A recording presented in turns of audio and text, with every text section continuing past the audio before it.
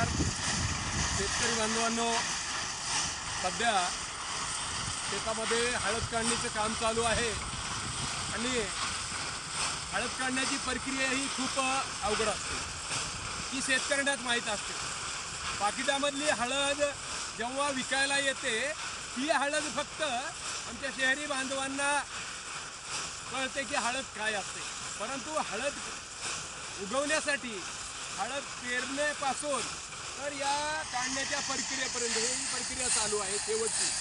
आता या प्रक्रियेमध्ये काय करावं लागतं, ते हळद एक 15 दिवस महिनाभर वाळून त्या ढोलमध्ये टाकावं लागते आणि हे टाकल्यानंतर ही हळदीचे हे आहे सुकवलेली हळद आहे आणि ही सुकवल्यानंतर त्या ढोलमध्ये टाकून त्याला कलर आणला जातो, पिवळा कलर आणला जातो आणि पिवळा कलर आणल्यानंतर त्याचे बाहेर काढून त्याचे पोते शिवले जातात।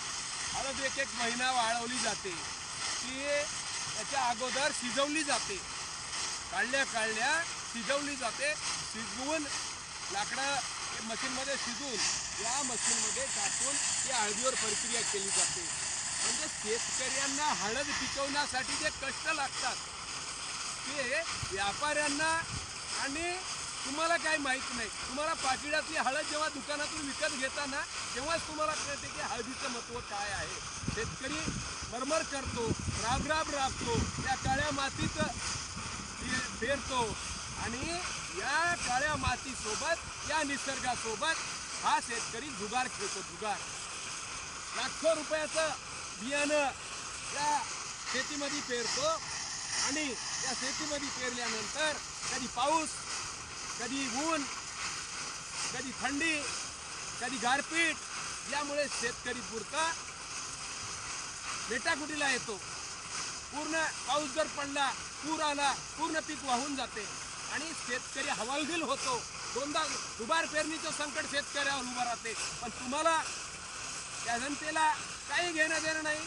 आमचे राजकीय लोक त्या अशोक खरात महाराजासंग मूत पीत आहेत, कोणी काही वेगवेगळे प्रकार करत आहेत, आपल्या स्वतःच्या महिलांना तिथं पाठवत आहेत, धोंडो महाराजापासे पाठवून स्वतःचं पित्तळ उघडं पाडून घेत आहेत।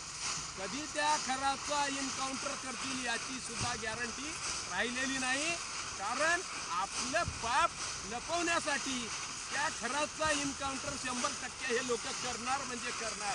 परंतु आमच्या शेतकऱ्यांना माहीत आहे त्या शेतीमध्ये जे पेरतं तेच उगवतं। तुमच्यासारखा पैशाच्या मागे लागून देश विकण्यासाठी आमचा शेतकरी निघाला नाही आणि आमच्या शेतकऱ्याची कर्जमाफी करण्याला तुम्हाला हे नाही।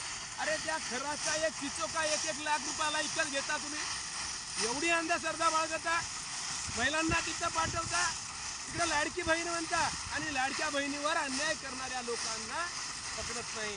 अरे तू तुमच्या जिंदगानीवर आमचा शेतकरी बरा। जय हिंद, जय जवान, जय किसान, जय संविधान।